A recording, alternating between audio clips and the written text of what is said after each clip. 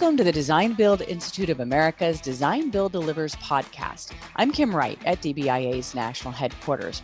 Next month, DBIA is excited to host our sector-specific design build conferences. The timing couldn't be better to bring together design builders in the water, wastewater sectors and transportation aviation sectors, as the possibility of infrastructure investment and economic stimulus is very real this year. DBIA is committed to help our industry prepare for the opportunities ahead, compete for vital infrastructure projects, and deliver recovery to our communities. This year's conferences are designed to help you do just that. Today, we're going to give you a sneak peek into a DBIA conference with brief clips from our Design Build Conference and Expo. Our first session is on the use of stipends in the water wastewater sector, followed by a panel discussion with State Departments of Transportation. This first panel includes moderator Michelle Green with Jacobs, Bruce Husselby with the Hampton Roads Sanitation District, John Giacchino, now retired from PC Construction, and Philip Sudol with Jacobs. Michelle gets us started. The first thing I want to ask of each of our panelists is really just your observation, again, specific to the water wastewater market. What are you seeing in the market specific to the use of stipends? So let's see. John, do you want to start? Sure, Michelle, thank you. Yeah, stipends in the water wastewater sector are relatively new, certainly here in the East, where I've been focused before retiring for the past few years. And we're primarily seeing these stipends offered on larger and more complex projects. But I have seen projects as small as maybe 10 million offer stipends. So it varies. It varies in terms of what's happening. I see owners offering stipends really to attract the best and highest performing DB teams, especially when their projects are complex and they are in competition with those projects of other owners. So we are seeing maybe a more common use of stipends in water and wastewater over the past, couple of years. Great. Phil, you want to share your experience, observation? Well, actually, in working around the country, I'm going to disagree a little bit with John because I have to. But I've observed that actually less people using stipends now than maybe 10 years ago. And especially in the western part of the country and where progressive design build has really, really caught on. And we've also seen a lot of our construction partners that we're accustomed to teaming with not wanting to go after fixed price design builds as much. And I think a lot of that has to do with how robust the construction industry is right now and how much work is out there. So I don't think many people are making the decision to go after a project just because there is a stipend. Right. Bruce, your observations? Thanks, Michelle. So in Virginia, I'd say the Virginia Department of Transportation is a strong proponent of stipends. So that they lead the industry in Virginia, although it's not on the water wastewater side. They do the majority of very large projects in the Commonwealth. So I think a lot of the utilities, including ourselves, are kind of following their lead. So we're seeing the more use of stipends. I think from the owner side, that's a hard sell. That's a hard sell to your board, your directors, to the general public, saying we're writing checks to people who don't get the work. That is not intuitive for people that aren't in our industry. So when you see more people doing it, it's a little easier sell. You can point to other organizations. So I think, at least in Virginia, I think we're seeing a little bit more of it, and I think it will continue going forward. Good, and just to give you a sense as to why we wanted to have this conversation, really, is the diversity of opinion already, just in terms of what folks have seen. So, so kind of a follow-on question, really, when a stipend is used, what is an appropriate value? And maybe I'll start, Bruce, with you, because I know you have some experience determining that specifically for your organization.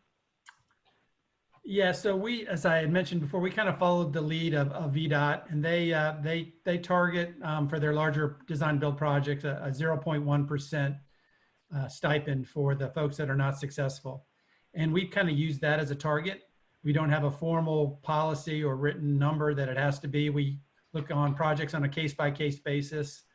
A lot of our smaller projects we've not offered stipends for. It really just depends on the project, but on the larger projects, we're definitely looking at providing stipends. And kind of our logic is, it's our understanding that a team might spend 1% of the project budget chasing it. So we're offering typically a 0.1% or 10% of the effort that they would go through to compensate them for their effort. Obviously, that's not a very large percentage, but it, as you said, Michelle, for the number of reasons that you mentioned earlier, we look at that as a fair target for us. And we tend to target 3 firms to shortlist. So that would be, in theory, 2 firms that would receive that stipend. Phil, what are your thoughts on what an appropriate value of stipend should be, or considerations an owner might think about as they develop a value for a stipend? Well, I think when you look at the value of a stipend, it should be based on the complexity of the project. If you're doing a simple project where you may be just replacing in-kind sand filters on a water or wastewater plant, that for us to put a proposal together isn't a big undertaking. But if it's a very complex project like a greenfield plant, we often spend 1.6 to 2% of the construction value on putting together our proposal, a good proposal. Because to do a fixed price proposal like that, you're really putting together a 20% design. So what that exact number should be, I'm not sure. I couldn't answer that, candidly. But I can say that, we're not going to make a decision because there's a, 0.5 or 0.01 or 0.25% stipend to go after something. John, any thoughts there? Well, as we are seeing, the stipend amounts that all owners have been offering really don't even approach offsetting the cost to pursue fixed price design build, best value design build, as Phil is saying, right? But let's compare the costs of proposing on a fixed price design build from a GC's perspective as bidding a regular hard bid project. What's the difference? The difference is primarily the cost to figure out your solution and determine what the fix will be and associated risks and price the job. What does that require? Upfront design. That's an area that the GCs aren't particularly accustomed to in the hard bid world.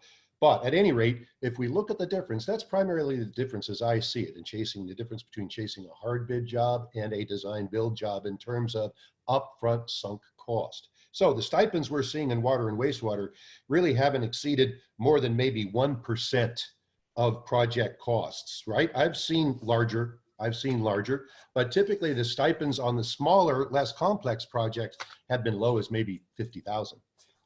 Just a very quick mention, although this data isn't specific to the water wastewater industry, an article published in the Journal of Management in Engineering in May of this year on stipends in highway design build projects noted in 125 RFPs across 15 state DOTs, the average stipend was 0.5%, 0.5%. And a statistical analysis revealed a significant difference between the percentage of stipend provided for different groups of contract values. So we also need to think about that as we proceed in this discussion. The DOTs say that they've increased competition, they've attracted more bidders, they've enhanced proposal quality and received a good rate of return on their investment, i.e. higher competition resulting in lower project costs. So there's just a little bit of data outside of our industry across 125 RFQs and 15 state DOTs. That's great information, John. Thanks for sharing that. I want to, I guess, kind of pick up on that a little bit. I think that we're all aware that, the lump sum or fixed price procurement is a pretty, it's kind of the way it's done in transportation, right? I think we're starting to see a little bit more of a movement towards progressive in the transportation market. But as I think Phil mentioned earlier, right, there's quite a bit of movement, certainly in the West, but across the country, towards progressive design build as a procurement model in the water wastewater market. So I guess I'd like us to, think about what and that's just a pretty different dynamic than, you know, the information that you shared, John, just a moment ago. And, you know, it just changed the level of investment that's required by a proposer. So I'm kind of curious, you know, how that might, you know, change our answer in terms of what's an appropriate value for a stipend, and, you know, does it kind of change the level of effort associated with a proposer in terms of how they respond? I don't know. Anybody want to tackle that? Any thoughts on that? Well, I might jump in.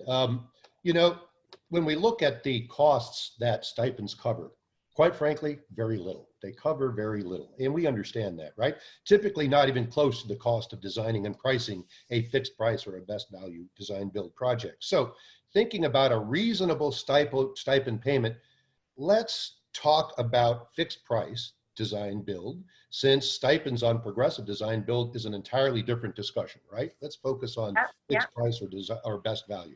In fixed price, we're looking for a reasonable and defensible stipend approach that is workable for owners and attractive to design builders.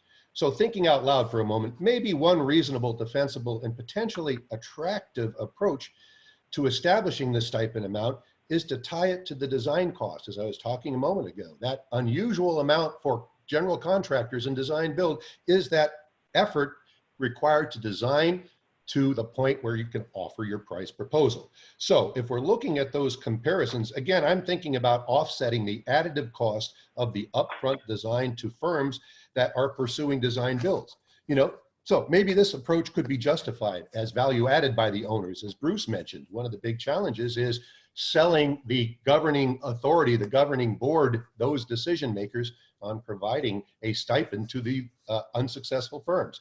This approach could potentially be justified as value added by owners, since stipend award is often tied to being able to use the unsuccessful proposer's intellectual property, right? Their project solution.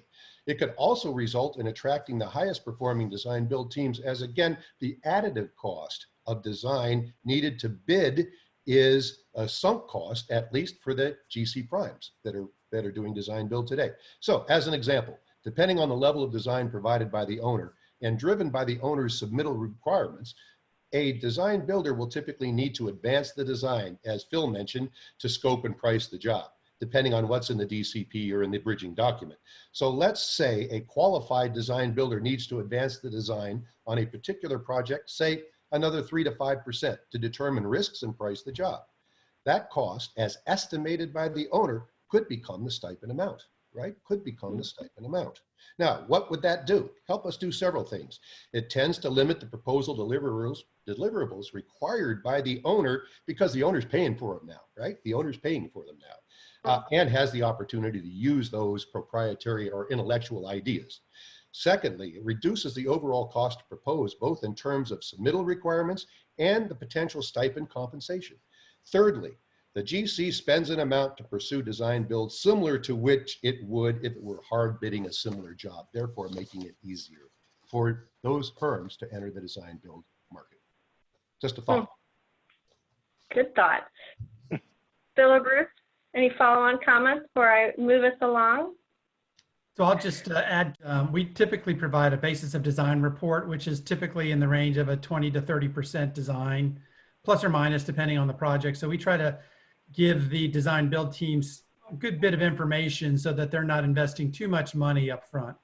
So we try to balance that basis of design report with the stipend. So, and then we do ask for costing information as part of the selection, but it's typically about a third of the selection process is price. So we try to balance, we have a hybrid approach, I'd argue, not a pure progressive design build and not a true fixed price design build, but something slightly in between. So I think, you know, depending on how much information the owner provides, can help to offset some of that stipend effort.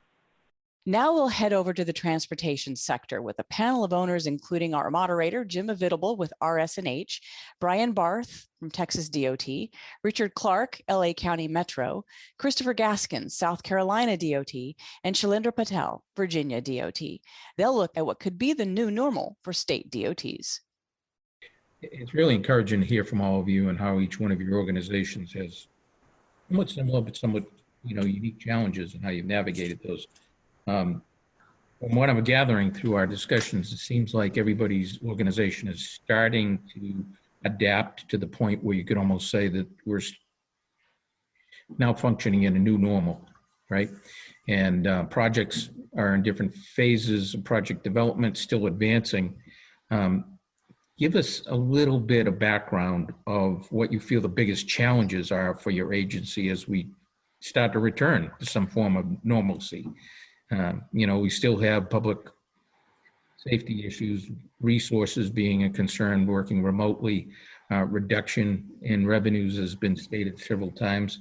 Give us an example of what those challenges are and how you're dealing with them. I'll start with Richard. Yeah, Jim, I would say our biggest challenge is going to be financial. We have taken a big hit in our sales tax revenues. My department has a normal annual budget of about 2.5 billion, and we've taken a cut of $750 million. So that's quite a hit. We are prioritizing spending on our projects that are under construction. That shouldn't change anything there. However, it's the projects that we're moving through the pipeline to get to a biddable stage. So we've worked to take the budget that we have and try to prioritize our tasks to get them to a shovel-ready state. Hopefully one day there might be a stimulus package. Eventually the economy will return back to normal, and we want to be prepared for that. That's probably the biggest challenge that we have. So I work very closely with our finance department. They're going to be doing a mid-year budget adjustment based on sales tax receipts, and we'll see where that goes. I think the other challenge is resources. Right now, we're in pretty good shape, but Metro has a voluntary separation program that will be launched, and I expect to lose some of my most experienced people. We do use consultants quite a bit, but generally the management positions are Metro employees. And Metro's been building rail lines since the early 1980s. So we have a great deal of experience on our staff, some of which we'll lose. The good thing is that will create some opportunities for young people. But as you know, this experience, it doesn't happen overnight. So we're working to strengthen our staff, get them as much experience, and be able to deal with and see who's going to stay, who's going to leave, and how we react to that. I think one other thing I'll mention, it's not so much pandemic related, but the rail transit industry has had some challenges with design build. These are hugely complex projects. It's very hard to assess what the risks are going to be on these projects. And we're hearing from contractors of their concerns in bidding these big lump sum jobs. I mean, we're ready to open a new line that has 3 underground stations, and it's just amazing. You walk down there and there's like 1,000 black boxes that all have to talk to each other, all are software driven, and integrating those complex systems has been a big challenge. And it's been a big challenge to the design build industry. Thanks. Thanks, Richard. So, ask that same question, Chris. Sure. So I'll speak more to my group, the design build group here at SCDOT, rather than the agency. And the answer to me is very short. It's resources, resources, resources. Our secretary has done a tremendous job implementing some austerity measures to try to keep our projects whole and keep our employees whole for the agency. So, even though we may be experiencing some resource issues in the years to come or the months to come, at least the people that want to be here have an opportunity to stay here. But the austerity measures that have been put in place were a couple of things, several things. We implemented a hiring freeze back in early April. That hiring freeze has since been lifted, but we're also required to maintain a 15% vacancy rate. So, my office is already runs very lean. We're a very efficient group. We don't really have any overlap in duties when it comes to, the design disciplines or the project managers. So, to lose any individuals and not be able to backfill this position is going to certainly be a struggle for us. Matter of fact, we've had one retire within the last month and another that is going to depart here very shortly. So, we're already having to maneuver and figure out how we're going to deal with this 15% vacancy rate and continue to be as productive and efficient as we have been on our design build projects in the past. So resources certainly going to be a topic of conversation as we move forward. A couple of other things that we implemented was 11% reduction in our operating budget in our previous fiscal year and a 12% reduction in this current fiscal year. So certainly a little bit of our operating budget, our office budget, for lack of a better term, is going away, but I don't necessarily see that as being as big of a challenge as the the resource issue. We've already touched on revenue a couple of times. I won't really beat that horse again, but resources. We're going to keep a close eye on that as we move forward. Thanks, Chris. Shwadra? Jim, I want to say before I address the biggest challenge, I want to say one thing for Virginia or VDOT specifically, that we were financially well positioned going into pandemic. So that has really helped us keep our projects going forward without any interruption. And we do see that this is still going to be the case in short term and long term. We don't see a huge impact at this point. However, you asked about biggest challenge. I would say biggest challenge for VDOT is going to be assessing the revenue impacts due to this pandemic. And it depends on how long this pandemic lasts. Of course, the traffic level has come down. It hasn't gone back to normal. I do hear that they got back to up to 80%, but I think there will be some permanent changes that we will see. New normal, as you described, we will see after this pandemic is over, and we don't know how long it's going to take. Hopefully sooner than later. So I think we will all will have an impact on how we manage our businesses post-pandemic. What are we going to do with our facilities? I can tell you right now, we have program or we have plan that is looking at VDOT of tomorrow. VDOT of tomorrow is not going to look as VDOT of today, right? We already quickly went to this virtual settings, and we are recognizing a lot of benefits. Also, that can also save money and still be as efficient. In some cases, more efficient than we have been in when we were in office. So I'm looking at this challenge and also some good to come out of those challenges that will help us in not only financially, but at the same token, continue to look forward a new way to improve how we function in future. So I'm looking forward to making some permanent changes, and our agency is looking at, they're actually planning. VDOT of tomorrow will not be at 100% capacity from employee working from offices perspective as we have right now, or as we have pre-COVID. Thanks, Shwadra. Brian, how about Texas? Yeah, thanks, Jim. I think I'll focus on maybe two things. The first one is just complacency. We're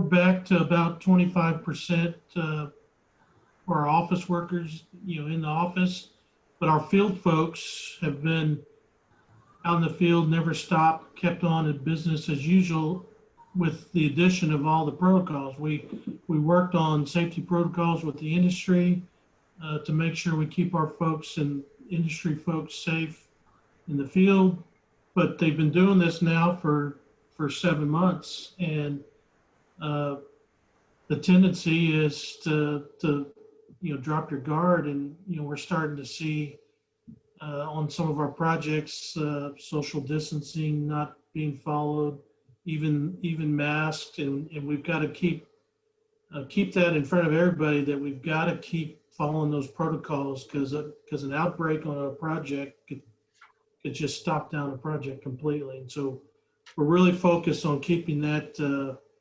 I guess intensity or focus on following the protocols to make sure those projects can keep moving. And then the other biggest challenge, everybody else has mentioned it, is revenue. And we're getting ready. We update our 10-year project development plan every year, and we're going through the process of getting the next revenue forecast for the next 10-year period. We hope to have that, hopefully in a couple of weeks. And it'll be interesting to see what that impact is to our 10-year revenue.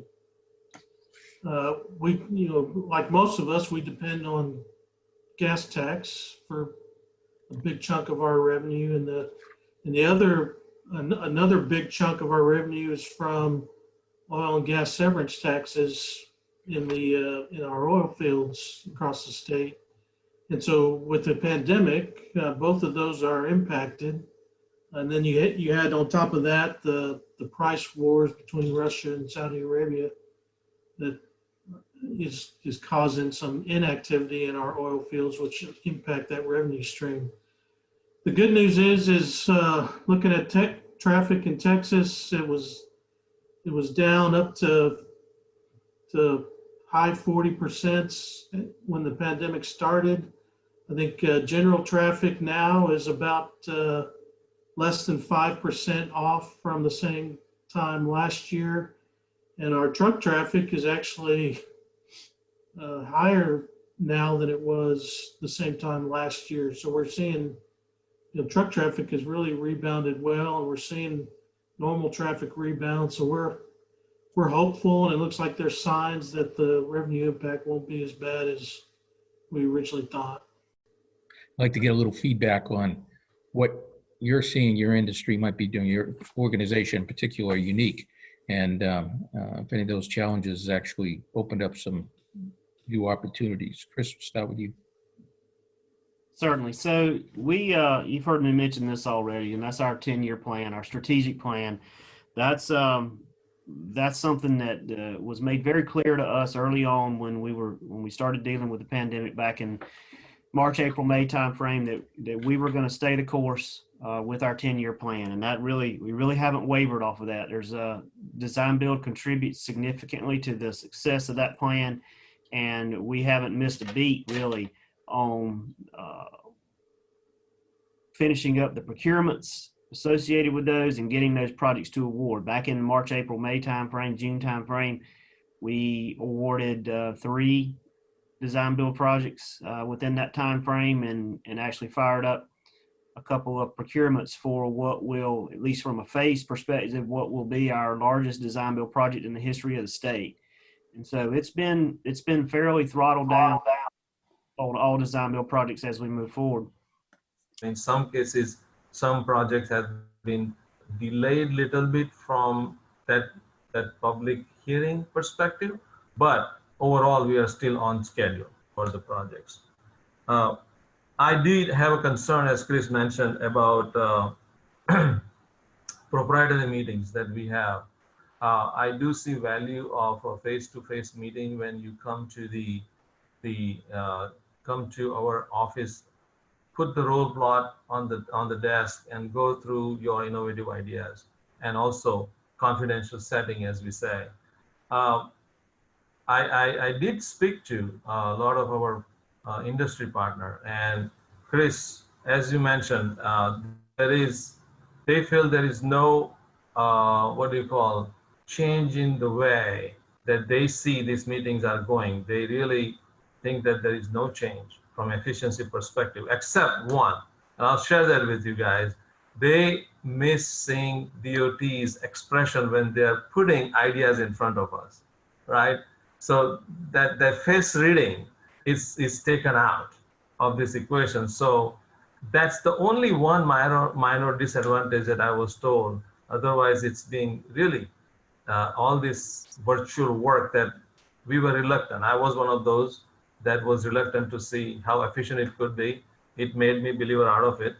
And other than what that what was mentioned by one of the consultants, I think it's working pretty good. Business as usual. You will keep us.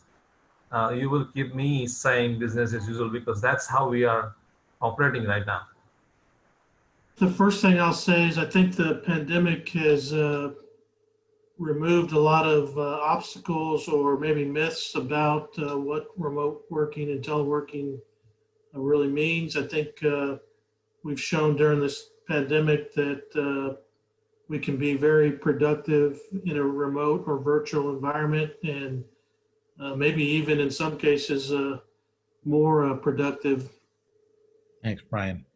Richard, transit sometimes has a little bit different spin on all of this, but what do you? Yeah, but a lot of similarities. Unlike a lot of the others, we didn't really prepare for this. I wasn't prepared. I'm kind of amazed how well it worked. There was no rules. There was no game plan. I kind of say we made up the rules as we went along.